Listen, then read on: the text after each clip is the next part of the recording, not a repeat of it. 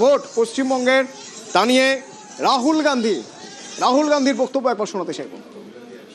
BJP चुनाव चोरी करती है। बीजेपी ने हरियाणा में, मध्य प्रदेश में, महाराष्ट्र में चुनाव चोरी किया है। एसआईआर चुनाव चोरी करने का तरीका है। बीजेपी बंगाल के कल्चर, हिस्ट्री और बंगाली भाषा के विरोध में काम करती है। हम कॉन्स्टिट्यूशन की रक्षा कर रहे हैं। बीजेपी कॉन्स्टिट्यूशन को खत्म करने की कोशिश कर रहा है। अगर ममता जी ने साफ सुथरी सरकार चलाई होती, अगर ममता जी ने बंगाल को पोलराइज नहीं किया होता, तो बीजेपी के लिए रास्ता नहीं खुलता।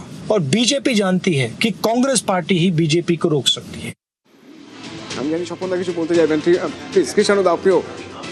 বাবু হয়তো জানেন না যে ওনাদের এখানে এক নম্বর নেতা যিনি অধীর চৌধুরী, যিনি কেন্দ্র থেকে দাঁড়িয়েছেন, ওনার নাকি ওটা গড়, সেই গড়ে ওনার ভোটাররা গতবার বিজেপিকে ভোট ট্রান্সফার করে বিজেপিকে সেখান থেকে বিধায়ক নির্বাচিত করেছিল।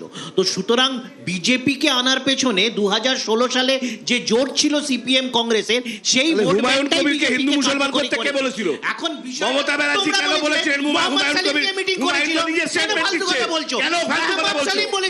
না কেন এফআইআর করেনি? কেন এফআইআর করেনি হুমায়ুনের বিরুদ্ধে?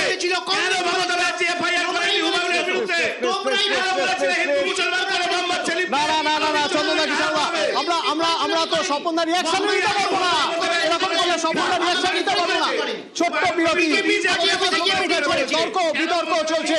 বিজেপির বিরুদ্ধে যখন অভিযোগ, তখন স্বপনদা কি বলছেন? আমার সঙ্গে বিজেপির প্রতিনিধি যিনি রয়েছেন, শুনবো বিরতির পর। সঙ্গে থাকুন। নিউজ